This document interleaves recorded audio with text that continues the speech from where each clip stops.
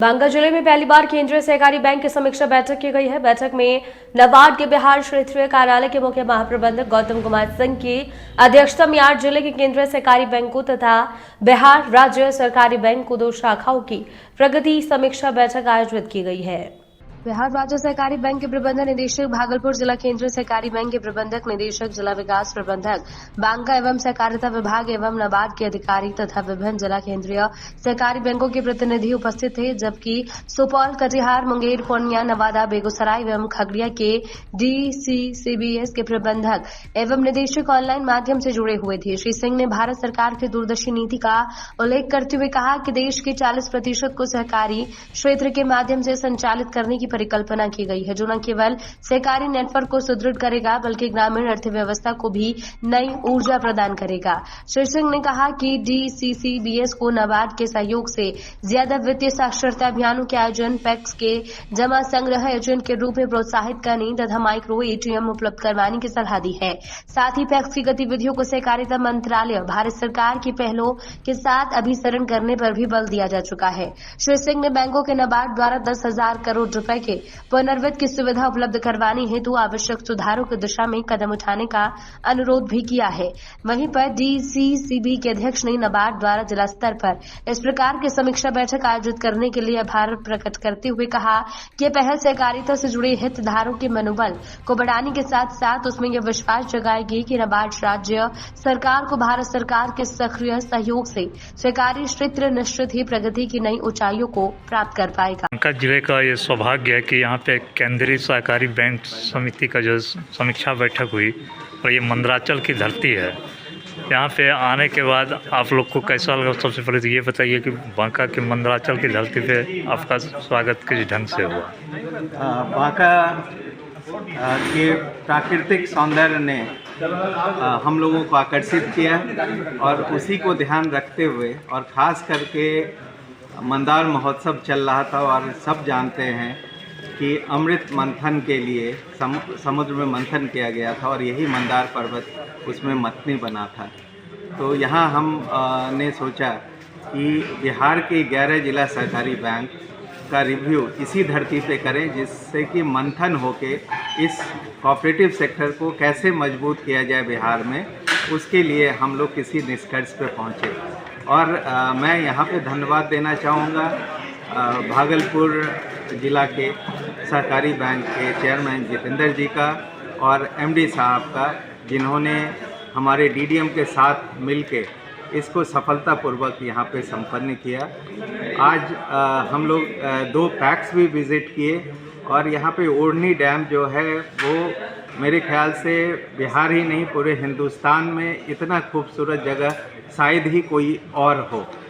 ये प्राथमिक कृषि ऋण समिति का कंप्यूटरीकरण क्या है? इससे किसानों को किस तरह का लाभ मिल सकता है? इसमें इसका उद्देश्य ये है कि एक पारदर्शिता आए इस सेक्टर में। डे टू डे क्या काम वो पैक्स कर रहा है वो दिल्ली में बैठे सहकारिता मंत्री भी देख पाएँ, नाबार्ड के चेयरमैन या प्रधान कार्यालय में हमारे बैठे हुए अधिकारी भी देख पाएँ, पटना में बैठे हुए जो RCS ऑफिस है या सचिव हैं सहकारिता विभाग के या मंत्री महोदय, नाबार्ड से हम लोग या MD स्टेट कोऑपरेटिव बैंक देख पाएँ कि किस पैक्स में क्या काम हो रहा है। नहीं तो जब कंप्यूटरीकरण नहीं था तो इसके पहले जो है इसके पैक्स के प्रबंधकों द्वारा बहुत सारे राशि का गबन भी किया गया था, तो उस पर आप लोगों ने क्या किया? जहाँ पे भी शिकायत आई तो जो भी उस पर डिसिप्लिनरी एक्शन लेना है या जांच के बाद अगर कुछ सही पाया गया वो गबन का आरोप, तो उस पर निश्चित रूप से बिहार सरकार ने एक्शन लिया है और सहकारी बैंक जिनके अधीन में वो पैक्स थे उन्होंने एक्शन लिया है। यहाँ के किसानों को क्या कहना चाहेंगे इस कंप्यूटरीकरण को लेकर के? किसानों को कहना चाहेंगे कि सहकारी बैंक बना है किसानों के लिए और नाम जैसे आप प्राथमिक कृषि सहयोग समिति आप जान रहे हैं, साख समिति जिसको पैक्स कह रहे हैं, तो उनसे जुड़े, जो जुड़ाव उनका छूट गया था वहाँ आए, उनके कृषि ऋण की जो भी ज़रूरतें हैं, चाहे खेती के लिए, पशुपालन के लिए, मत्स्य पालन के लिए या हैंडलूम सेक्टर के लिए, वहाँ से उनकी जितनी भी क्रेडिट रिक्वायरमेंट है वो पूरा होगा। और उनके जो प्रोड्यूस हैं, चाहे धान हो, गेहूं हो, वो पैक्स के माध्यम से सरकारी रेट पे बेच सकते हैं। तो बांका में जो कंप्यूटरीकरण जो किया गया है तो कितने पैक्सों का किया गया है अभी तक? ये डेटा हम आपको पूरा उपलब्ध करवा देंगे, क्योंकि भागलपुर और बांका एक ही जिला सहकारी बैंक के अधीन है, इसलिए एग्जैक्ट फिगर आपको हम लोग उपलब्ध करा देंगे। पैक्सों का बांका में कंप्यूटरीकरण किया गया है और ज़्यादातर बैंक जो पैक्स हैं यहाँ पे वो टाइम पे अपने एंट्रीज़ को कर रहे हैं, जो भी ट्रांजैक्शन हुआ है। ओके, भागलपुर के चेयरमैन हैं कोऑपरेटिव सोसाइटी के, तो यहाँ के किसानों के लिए आप क्या करना चाहेंगे? देखिए, किसानों के हित के लिए ही काम हो रहा है और आज उसी दिशा में आप इस रूरल जगह पे जो हमारा ज़िला में आकर के रिव्यू कर रहे हैं और 11 केंद्रीय सहकारी बैंक के एमडी साहब यहाँ पे आए, नाबार्ड के सीजीएम साहब आए, स्टेट कोऑपरेटिव बैंक के एमडी साहब, सभी लोग अधिकारी यहाँ आकर के बैठक कर रहे हैं। निश्चित तौर पे किसानों के हित में ही काम हो रहा है, किसानों की उन्नति और तरक्की के लिए कार्य किया जा रहा है। उसी दिशा में प्रयास है कि हम लोग पैक्सों को, हम लोग किसानों के अधिक से अधिक लाभ दिलवा सकें आपको कोऑपरेटिव बैंक के माध्यम से। तो ये कंप्यूटरीकरण जो किया गया है तो इससे क्या गबन की राशि वापस आ सकती है? नहीं, देखिए, गबन एक अलग विषय है, लेकिन पारदर्शिता निश्चित तौर पे होने जा रहा है।